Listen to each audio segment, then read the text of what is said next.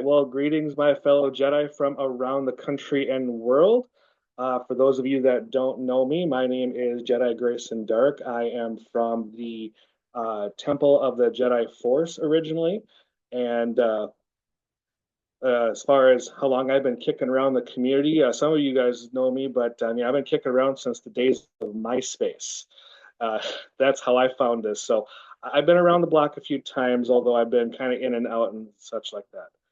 So when asked about a topic for today, I chose something that works both in as far as modern Jediism goes, along as well with something that is um, kind of affects everybody on a day-to-day basis as well. And that is the subject of burnout, because I think we all tend to push ourselves a little bit further than we should, and burnout is a very real thing. And trust me, none of us want that. So, without further ado, I have a nice scripted idea going on here. Um, and then after we're done here, if we want to do a kind of a Q&A session, we can do that as well. All right, so I'm just going to get into it. So we all know the ideals. We commit to the code because we want to be peacekeepers, guardians, and beacons of the light. We embrace the path of the Jedi Knight not because it's easy, but because we believe the galaxy or our world needs a steady hand and a calm heart. But let me ask you to consider a different image. And this is not the victorious knight with a glowing blade, but the weary one sitting in the dark. Have you ever felt the force wasn't with you? Have you ever been so drained, so fundamentally overwhelmed that the simple act of sitting for meditation felt like a heavier burden than just lifting a starship from a swamp? Have you ever looked at the ideals of the code, the selfless service, the calm detachment, and felt nothing but profound, crushing guilt? Because you just don't have the energy to care that day. Yep. Trust me, been there. Everybody's been there. So, but that feeling, that's not failure of your spirit. It's not an immediate step toward the dark side either, though the Sith would love for you to think that. But this, my Jedi friends, this is called burnout. It's the sneaky enemy. Today, we're going to go deep into the shadows of the Jedi Order, both the fictional and the philosophical, and we are going to examine why the collapse of the Old Republic order was actually a case of systemic organizational burnout. Most importantly, we're going to discuss how you, the modern knight, can master the art of self-preservation, because a candle that burns twice as bright burns half as long. And the galaxy, and much less the world today, can't afford for your lights to go out. So when we look at the Old Republic, if we analyze the Jedi of the Clone Wars, for example, through a modern psychological lens, we see a system that was fundamentally unsustainable. The the Jedi were the galaxy's ultimate generalists. They were doctors, soldiers, diplomats, spiritual advisors. During the war, they faced, chronic high stakes. There was no off switch for this. In our world, we call this compassion fatigue. When you are constantly witnessing trauma, your empathy circuits just eventually blow a fuse to protect themselves. You stop feeling compassion and start feeling nothing. The code itself teaches us to observe emotions without being ruled by them. But by the end of the Republic, the order had begun to practice repression instead of processing, and they taught suppression of grief and fear. I've always said throughout my other videos and stuff like that the first line of the code is where it is because it's the hardest one to learn, but it's also got so many different nuances to it, and that's where the problem lays. Is people think no emotion, there's peace, and they want to just be robots. No emotion. I mean, Vulcans have more emotion. I know. I just crossed the streams of different fandoms. Sorry. um, so I have to think of like Anakin Skywalker. His fall wasn't just about evil. It was the devastating explosion following years of extreme emotional labor. He was the chosen one, the title that carries infinite weight. And he was told that his very human fears were attachments and had to be discarded rather than emotions to be explored and healed. The dark side is often the explosive reaction to unmanaged, suffocating burnout. When you push the steam down long enough, the boiler doesn't just leak; it levels the building. The order failed Anakin because it provided a code for statues, not for living, breathing beings. So let's bring this, back to where we are today. Why are you tired? We hold ourselves to an ancient aesthetic standard while navigating a hyper-connected 21st century world. We have muggle jobs. We have bills. We have family drama, especially since we just went through the holidays. But we try to be Jedi in the gaps between emails and errands. When we lose our temper in traffic or feel too tired to study the text, we don't feel human. We feel like failures. This identity gap is the primary driver to burnout. In the stories, the Force connects all living things. In our world, the internet connects all living things, mostly for cat videos. But often we only actually get to see the worst parts of the internet. That's what floods everything. Facebook, YouTube, TikTok. Generally it's the worst of the worst. We're bombarded by Force echoes of distant tragedies, political vitriol, and the endless cycle of outrage. We try to remain mindful, but our brains weren't designed to process the suffering of 8 billion people at once. This leads to code cynicism, where you start to wonder if mindfulness even matters in a world that's this loud. You start to feel that your practice is just a drop of water in an ocean of fire. The cynicism is the first stage of the gray, a numbing of the soul that leads to total disengagement. And before I continue, I think we all see examples of this in our normal world. Shootings, bombings, whatever. At this point in time, I think some of us go, "Oh, that's tragic. Must be Tuesday." And yeah, you hate to say it that way, but I think it's just we've gotten so numbed to the frequency of it that it's gotten ridiculous. So, how do we fight back against all these tragedies? Because burnout, like I said, is a systemic problem. So we need a strategic solution behind this. When Yoda went to Dagobah, for example, and Obi-Wan went to Tatooine, these weren't retreats out of cowardice. They were cycles of self-preservation. In the military, they call this refit and rearm. You can't serve from an empty vessel. So a couple different ways that we can kind of combat this is one is called a media fast. You close your eyes to see more clearly. The other one is a boundary, practicing boundaries, saying no to a request for your time as an act of defense of your inner light. I watched a couple of videos as of late, and the one of course, being stretched too thin. If someone asks you to do something, if it's not automatically a hell yes, then it's going to be a no, just to protect your own time and spirit and energy, because, well, you got your stuff to do too. So in this, we have to redefine generosity.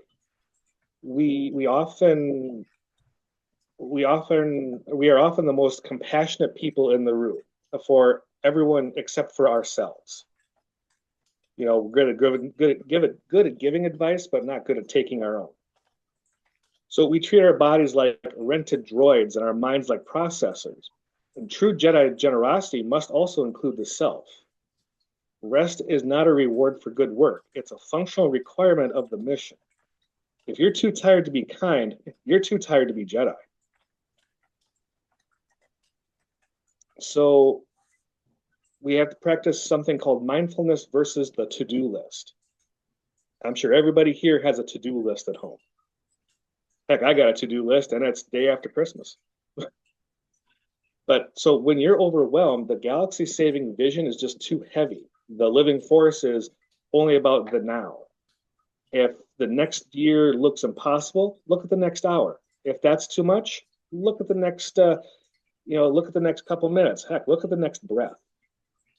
You know, break the Star Destroyer of your problems into smaller, more manageable components. This is your smaller list. You don't, we're coming up on the new year. Don't look at what I'm going to do for the year. Look at what I'm going to do for the next 90 days. I call these quarterly quests. Make up what you plan on accomplishing within 3 months' time, 90 days, and then reevaluate every 90 days after that.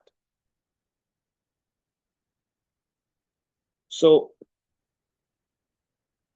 when we kind of break it down, we can see that the road to the dark side is not just paved with hate. It's a path, but it's not just paved with that. But with the simple grinding exhaustion that of the unpreserved self, the act of helping ourselves to help others. A burnt out Jedi is a vulnerable one. The most profound act of service you can perform in this world is to be a well-balanced and healthy human being. Because you cannot champion peace if you're at war with your own limitations. So over the next several days, I have a nice tactical objective for everybody to try out. I want you to identify one thing that drains your force energy. This could be a specific person, a social media app, a habit, whatever, and establish a hard border against it. Say no to it, put it aside for a while, don't open it up. And then I want you to commit to one act of non-do it. Spend 20 minutes when you are not a knight and you're not a worker, you're not a parent, you're just living and being in the force. We're talking no phones, no agenda, no guilt. The art of doing nothing. To center ourselves and to try to hear our own voice again. In this case here, the force is always going to be with you, but you need to be able to quiet your mind enough to be able to hear it. So, my friends, with that, I want you to go forth, be strong, be wise, and above all, be rested. And thank you for listening to me ramble on about burnout, which I'm sure everybody is pretty much familiar with. So that's what I got for this one. Shorter than I probably wanted it to be, but if you guys have any questions or discussion points that you want to bring up, I'm happy to talk about it. I've been dealing with my own burnout for years, so this should be something I should be almost an expert on, or at least experiencing it, not fixing it.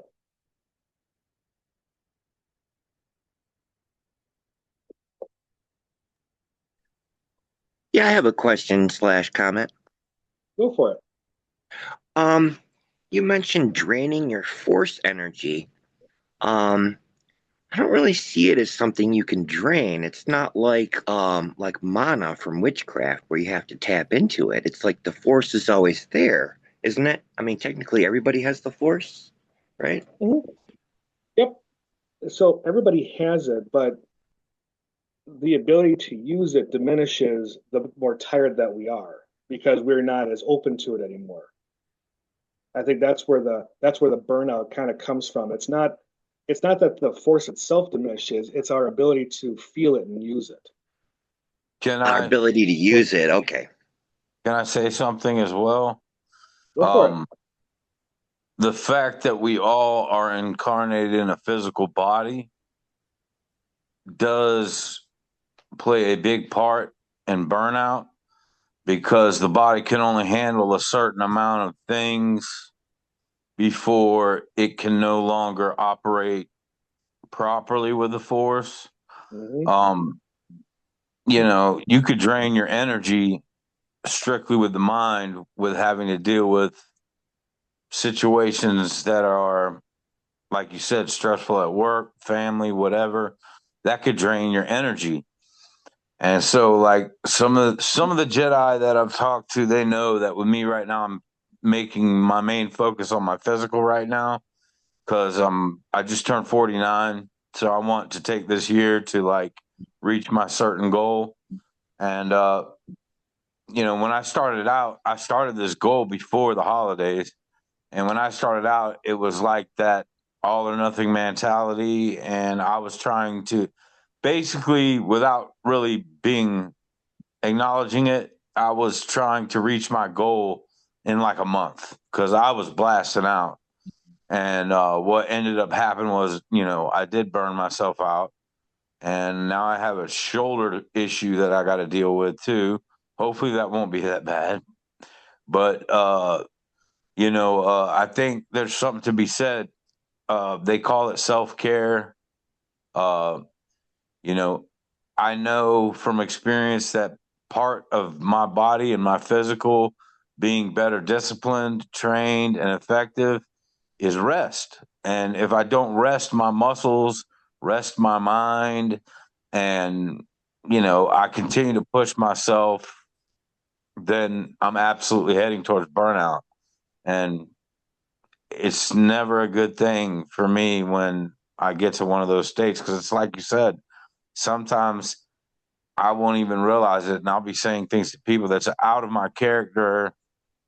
But a lot of times, our brain processes that situation with anger, like you snap at people, and Hmm. then later on, you're like, "Well, really didn't mean to say that," but it's processed many ways, and the force is limit. I believe the force is limitless, and your access to the force is limitless. But because we're incarnated in physical bodies, we have to make sure that we take care of that portion just as much as we do the spiritual part.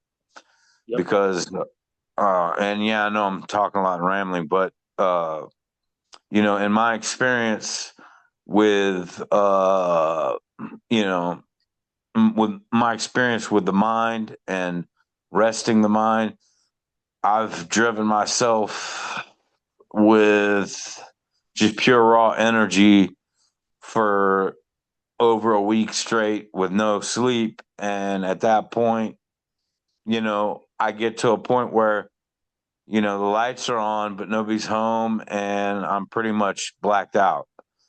And so it could be extremely dangerous to allow yourself to keep pushing off that energy and not take care of your physical form, physical avatar, if you want to call it that. Basically, you moved from from burnout to crash out. I believe the phrase is, if you don't stop to take a rest, your body will make the decision for you, and that won't be convenient. No,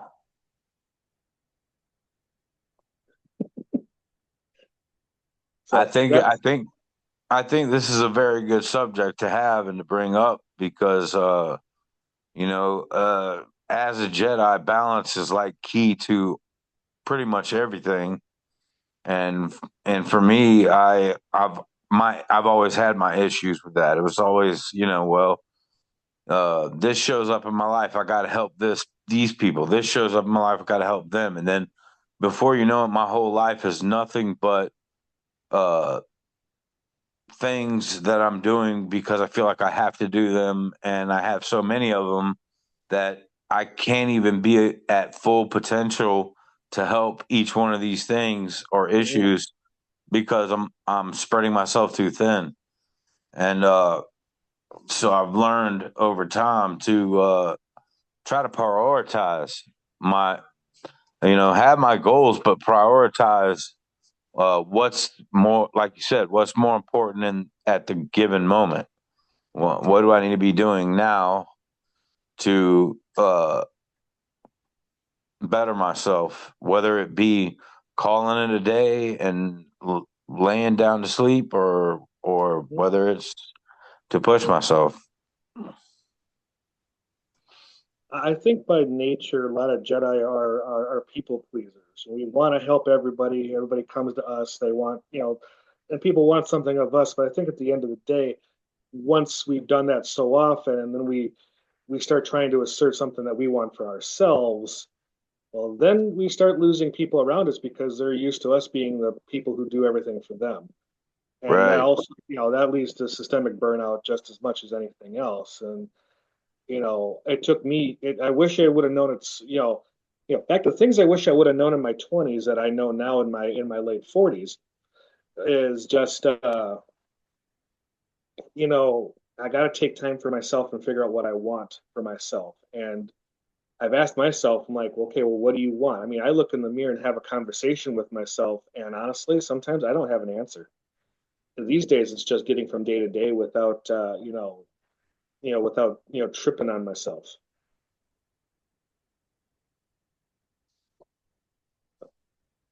Let's see here. I'm seeing a couple questions here in the chat. Let's see here. Could you talk about reward mismatch as a driver of burnout? Good. That's a good question on that. So I'm seeing what I guess it kind of determines what you want as a reward for what you're doing. When I was fighting more tournament, a lot of younger fighters that I met were always like, well, I got knocked out. I'm like, okay, but how'd you do? Well, I lost. Like, okay, I understand that was the result of the match, but how did you do within it? Did you give him a good fight? Did you just give it to him? Did something that you were working on work? Did it not work? And it's kind of like you have to change the term, you change your personal victory terms. So as far as reward mismatch goes, adjust what you need to think the reward is. So I fought a match several years ago that this guy was, 4 steps beyond my personal ability. But we ended up doing a double kill with each other, so which apparently never happens with this guy. And I made him do a different maneuver that he never does. Normally, he's a very straightforward linear fighter, and I had to make him do a circle to strike to actually get to me. Now, did I lose my match with him? Yeah, but I made him do something different. And then I also learned what to do next time. So, no, I didn't win the match, but hey, personally, I take that as a win because I gave him a fight and now I learned something to give him a better one. So, as far as the reward mismatch goes, I don't want to say lower your expectations, but keep, what you might want to keep your expectations or your rewards that you're looking for more realistically manageable. If you set your expectations low, you'll never be disappointed. Not that you should always set your expectations low, but if you lower them a little bit, you're yes, Cat. Um, I think you'll have a better, easier way of not burning out because you're not getting your goals because your goals are more attainable, and you can work towards it. Does that answer the question? I think that was from James. Yay, nay.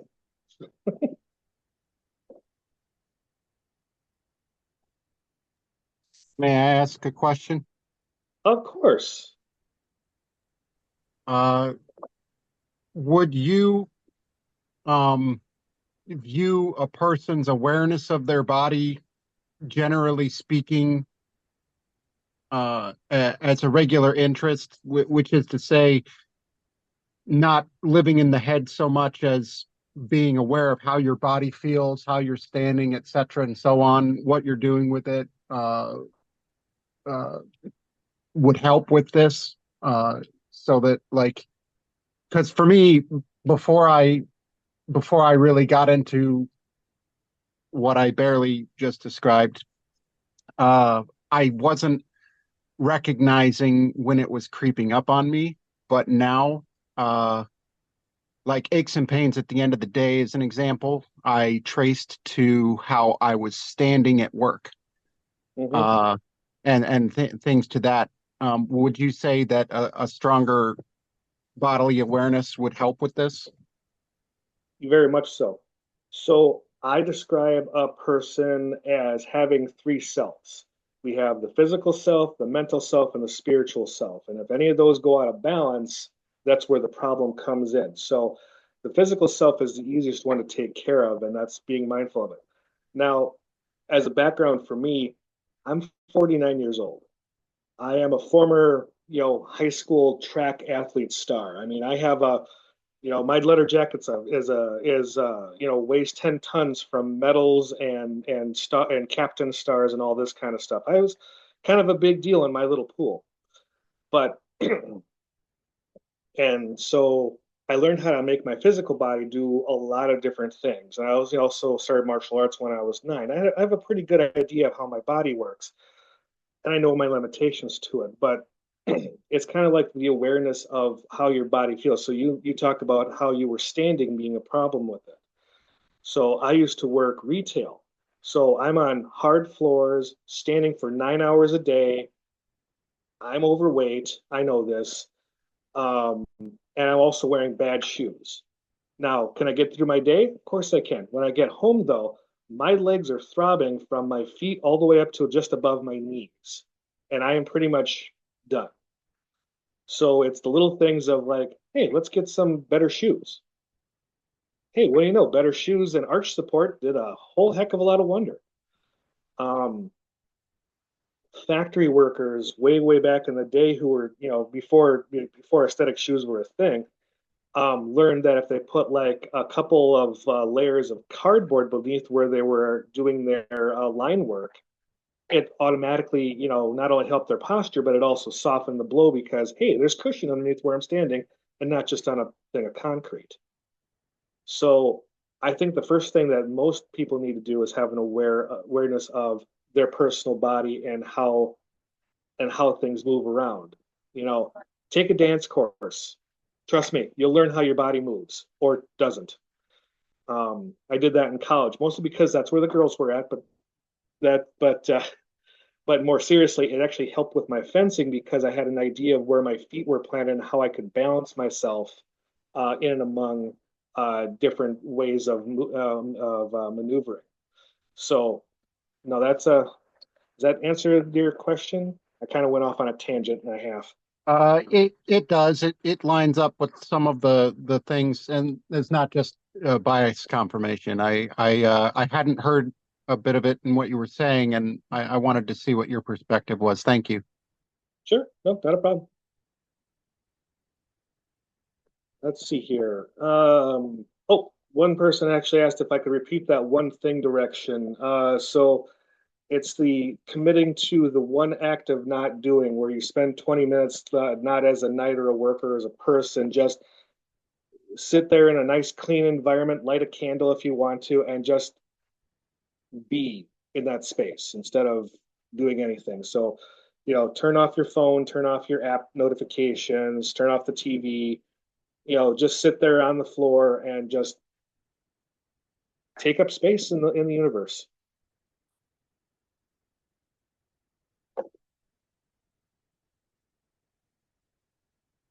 All right.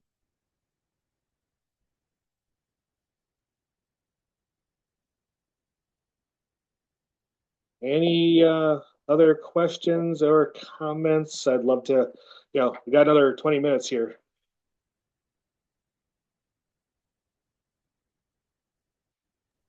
Do you Yeah, ascribe to the idea that vacations should be taken?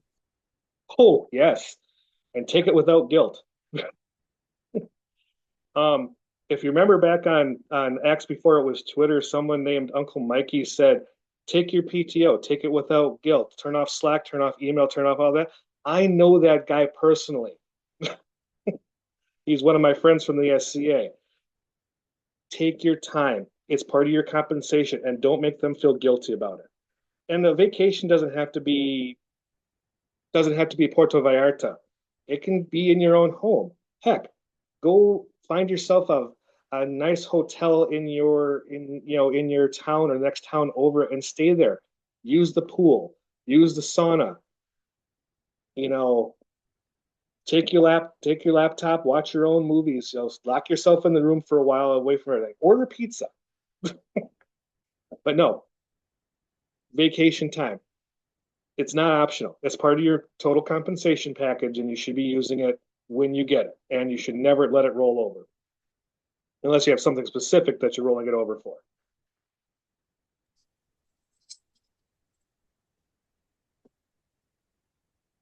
Something I wish I would have known back in my 20s as well. Like, no, I have vacation time. And I had a boss that would not let me take my PTO. She's like, no, I'll just schedule different. I'm like, okay, you're missing the point of me taking time off.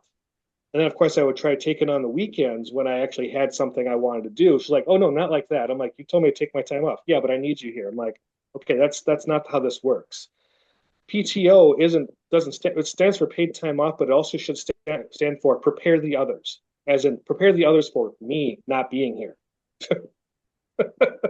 Grayson, Dark. No. We are both 49, man. Yeah, it's like sometimes I think to myself, I wish I would have understood these type of things about like 20, 15 years ago, maybe. But I found for the young gentleman that was talking about work, like for me, I've had bad posture almost my entire life. Even now, in the Marine Corps, it got better, but I still had poor posture as far as what I know to be good posture now. And even adjusting for that can be very demanding because you have to, every time you have to catch yourself when you're not doing it. And sometimes you have to force yourself to do it.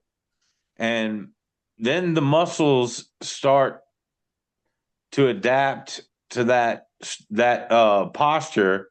So you go through a whole process of the muscles kind of rearranging, strengthening in those areas until you don't have to think about it anymore.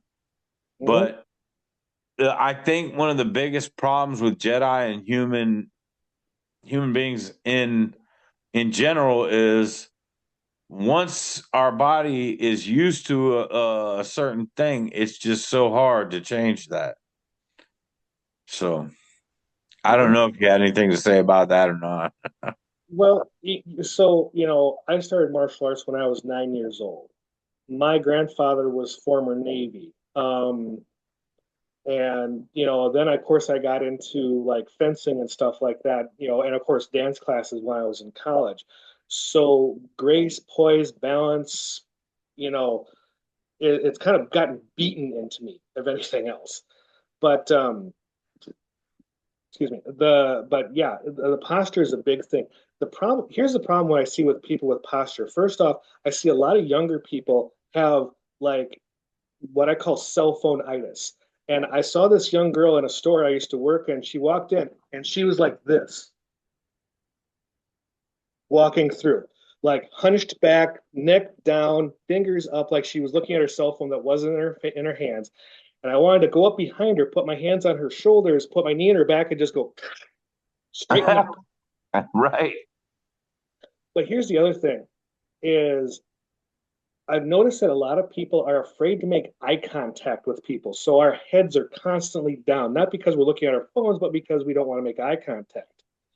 I've been told that I'm intimidating because when I walk through a store, my head is up, my shoulders are back, and I am taking in everything, which means I'm making a heck of a lot of eye contact to anybody who walks up. And that, and nobody wants to be spooky or scary, but you want to walk with confidence that only kind of can kind of balance on the idea of arrogance.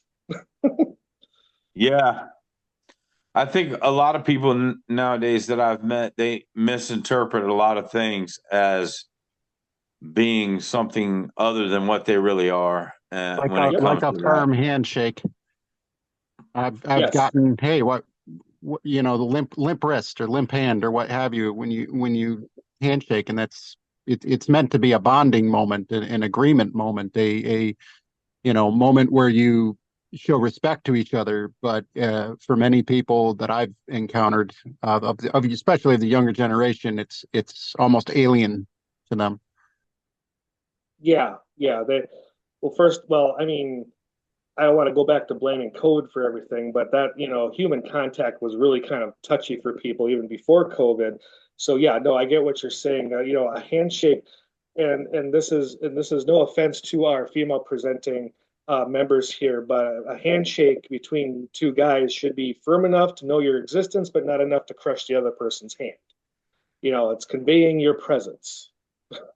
It's kind of like a man hug. I don't know how else to put that. No, I get what you mean. Yeah, there's a proper way to approach everyone, and for me, until I know the person, or like what's her Jedi Karina, like Karina teaches, sometimes if you want to give a hug or you want to receive a hug, you should ask first, and things aren't the same. I mean, like I've met a lot of women, they would rather shake hands than anything else, and they'll have a firmer grip than I do. So uh yeah, it's a touchy situation, but talking about with your head up and look at people in the eye, you know, and now that used to be a regular thing in society. It's no longer so much. So anytime you're doing something, even if it's the right thing to do, if you're doing something and it's not common practice in society, then you're going to be targeted as the bad guy when really, that's not the case. So, it's for me, it's become a very serious issue on how to navigate through each individual social situation, and with the different, allowing people to be themselves, but still being myself without being offensive. So, yeah, it's all part of adulting. Yep, it comes down to read the room and read the people in the room, especially if you already know who they are. But don't let that dull your sparkle for who you are, because you're there to be you, not to be what they want you to be. Correcto. More Or think that you evidence are. for being aware of yourself and your surroundings. I say hi Bingo. to everyone. I don't care. There you go. But Someone said you're there to be who you are and not what they want you to be. I think that there is a line, though. When we say stuff like that, we forget that everyone's listening to that. And by that, I true, mean even the idiots, the especially people the who are idiots. narcissistic and whatnot. Well, a lot of people So, don't even know who they are. They think they are this or that because they're following out fear or not whatever's causing them to necessarily. Not yeah. necessarily. Some of them have grown up with that being pushed upon them. So there's a True video. that. There's a True movie that. that I was laughing about the name of it, and I was watching it. It was for Christmas, and somebody commented to me, that person's going to be a bridezilla, and it was the reading said, what the granddaughter wants, the granddaughter gets, even if it's Christmas in August. Yeah. Okay, you have a And major point. so we have to also remember that when we're saying that, we still need to balance it out. We need to also say, you're balancing this out with being a good-natured person. Yes. That way, people aren't Part just of they say striving. being yourself, but part of who you are is being. I mean, you're part of a society. You're part of a species and a culture, and that is part of who we are. And I think the narcissism that you're talking about, whether learned, implied, or taken, uh, detracts from the idea that they are equal with the rest of us as far as being a person is concerned. And so when I take my how I act in public, I have to temper it with the expectations of the people around me. Not that all those expectations are correct and true and right, but the people that you're talking about, for whatever reason, don't do that. They assume that their concerns and their desires are what are most important, and they forget that they're part of society too, and need to bend. Absolutely.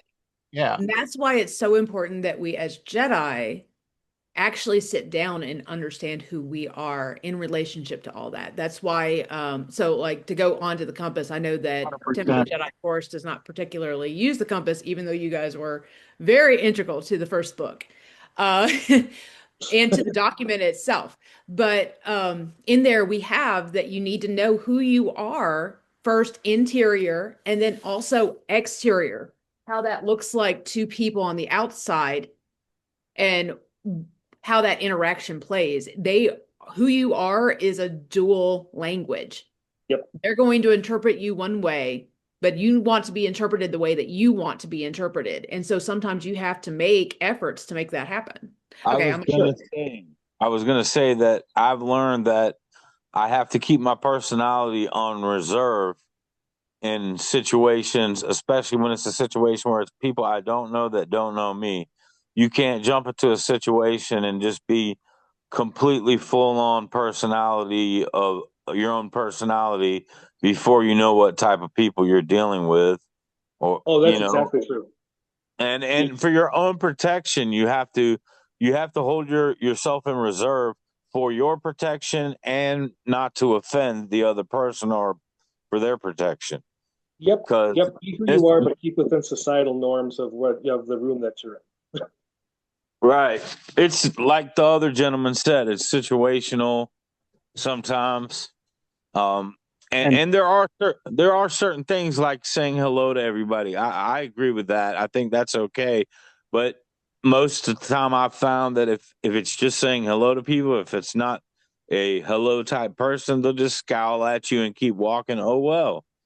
Yeah, you at least touched to on acknowledge their something presence. important about what our host was talking about as well, about Right, exactly. watching yourself and your attitude based on how you're feeling and whether you've been burned out or whatnot, because our normal social programs that we run in our subconscious to kind of guide us through these situations, they go to the wayside when we're tired and we're drawn out and we're, burn out. Mhm.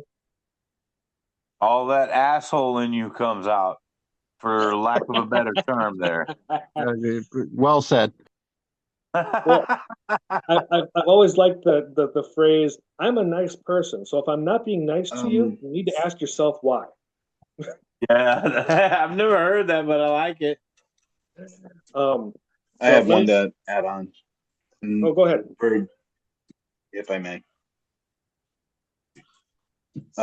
Adding on to Matt, for it, because for my job, I am generally mostly alone in my job for what I do, but I do have times where we have to interact with a lot of people. So going in, for what my colleagues like to say, there is the regular me, and then there is the business version of me. Yes. So for the business version, I'm pleasant. I do smile, make an effort for it. I make it so, and a lot of them are like, how are you doing that? How are you switching to being yourself, which we know you can be a foul mouthed, ill tempered grouch when you are just in a bad mood, but you can deliberately switch it and be bright and chipper and upbeat, or we could just be having a, for lack of a better term, a ball busting contest, and you can immediately shut it off. I call that having my work sona in place. You know, Exactly. where I'm the calm, professional, upbeat, helpful person. And then, that's it's kind of why I had to get out of retail. At one point in time, my work sona slipped, and I'm like, okay, I need to get out of this line of work because I'm going to give somebody my full opinion, and that's not going to be good for my career, nor that That is person's such a great name for it. Work Sona. I'm going to use this. Please do. Yeah, I the young gentleman that mentioned switches. I think learning to flip your own switch is a very valid point because, like, we all hate to have to resort to violence or anything like that, but sometimes you have to be able to flip a certain switch and be able to flip it off at the right time depending on what you're dealing with. And like he said about his job, like in the Marine Corps, I did the same thing. When I was in uniform, I was one guy, and when I was out in public partying, and I was very young, so I was very mischievous. And so when I was out in public, I was ripping and roaring, doing crazy things. And I've just found, finally at the age of 49, like I was saying, I'm like, some of that stuff is just not necessary anymore. Right. You know? So I do have a question that popped up a couple times in the chat I want to address, and it's when recovering from long-term burnout / crash out, when do you know when to get back to it? You don't just feel fine one morning, so how do you know? Good question on that. It's one of those things you need to learn how to test the waters. If you burned out for a reason, start by adding, say you crashed out and you just stopped doing everything that, you were doing.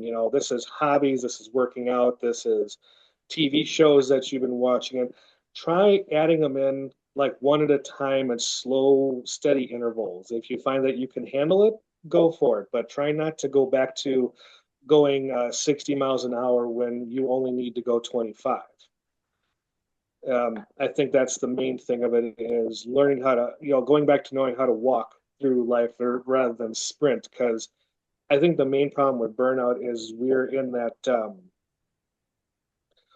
society where everybody is just rushing to do so many different things, and every hour, every minute of every hour of every day is used up. And especially when we're with family, because now you got something, your wife's got something, little Timmy's got something, little Sally's got something. Heck, the dog even has, obedience lessons. And when COVID hit, that shut all that down. And now people have to learn how to, not do all that. And I think that was actually a good reset for a lot of people to go, I really don't have to do this. I feel better not doing this. And I think, so if you're recovering from burning out like that, and I think, like I said, COVID was a great door slam right in the face of, well, guess what? Now you're not going to those meetings. Now you're not going to those classes. Now you're not doing this. Now, the kids aren't doing this. Well, now everybody's at home and needing to learn how to read a book. I grew up an only child, and I'm a Gen X, and I grew up out of town. I didn't have friends nearby to hang out with. So, and as an only child, entertaining myself was fine. So during COVID, I had 4 streaming services and an Xbox. And, so learning how to keep myself entertained during that time. And you can see behind me here, that's not an image. That's one of my actual bookshelves. There's another one to the other side of me too. And there, like I said, read a book, watch a show. I mean, do whatever, but, learn how to be comfortable with yourself. So when you're recovering from burnout, crash out, start adding things in that kind of led to it, and stop when it gets to be too much. I wanted to say just a couple things real quick. What came to my mind with all this discussion is simplify does not equal slacking. Because we tell ourselves we're slacking, but really we overextend ourselves. So simplifying is, I would think, a good thing. And I don't remember what the other thing I was going to say was now. So maybe it'll come back up. Mm-hmm. As far as getting back to it, one thing I can say is that regardless of anything else, your bed is always comfortable in the morning.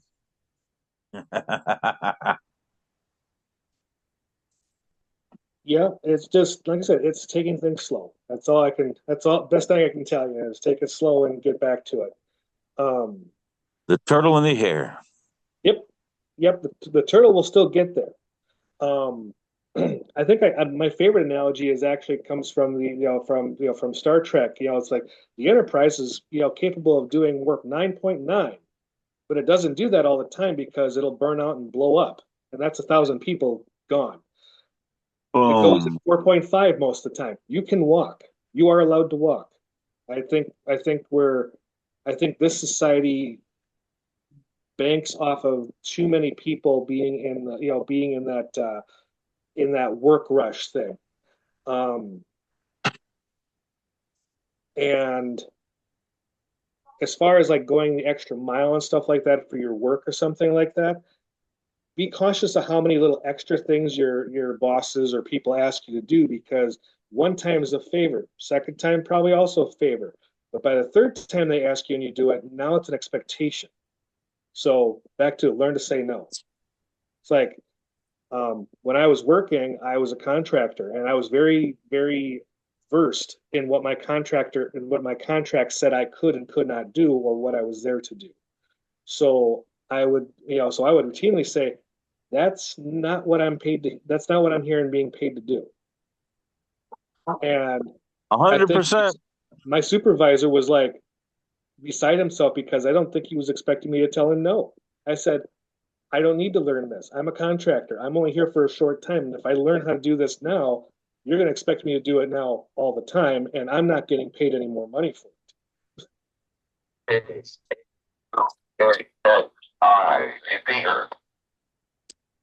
Oops. Was that somebody's AI talking? I couldn't tell you.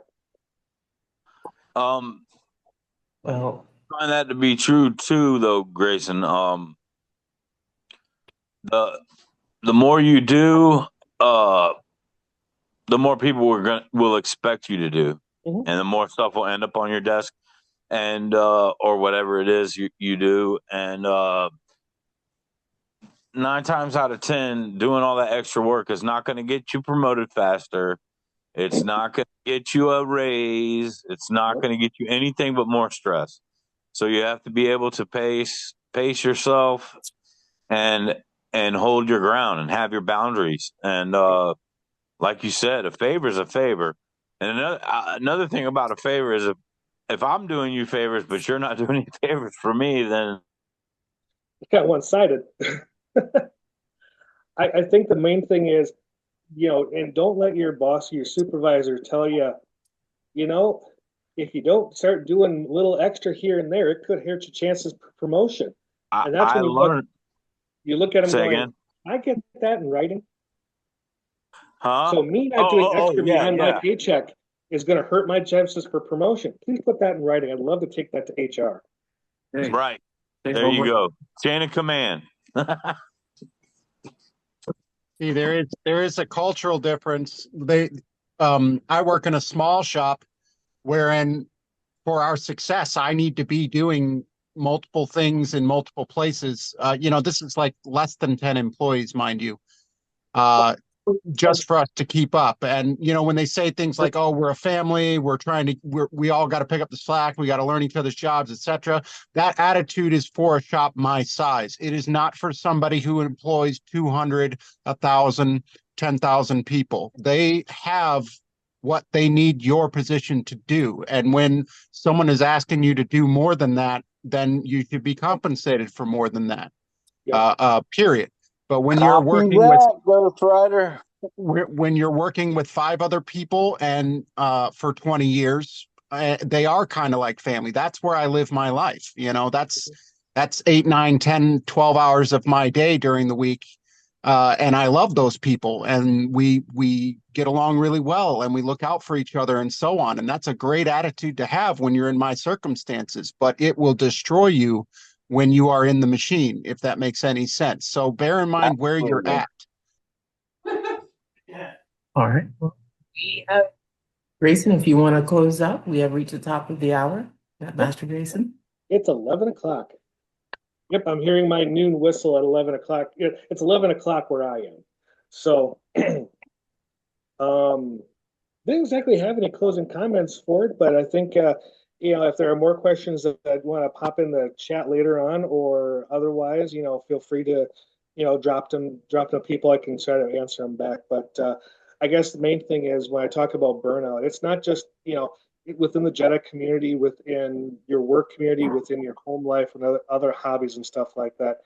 Just watch your signs and see who's actually, dragging that energy out of you, because, you only have so much of yourself to give, and if you give it to other people instead of yourself, well, then it's gonna take its toll eventually, and you ain't gonna like the results.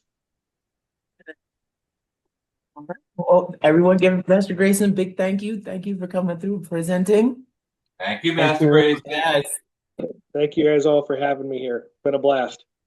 absolutely. Do this again.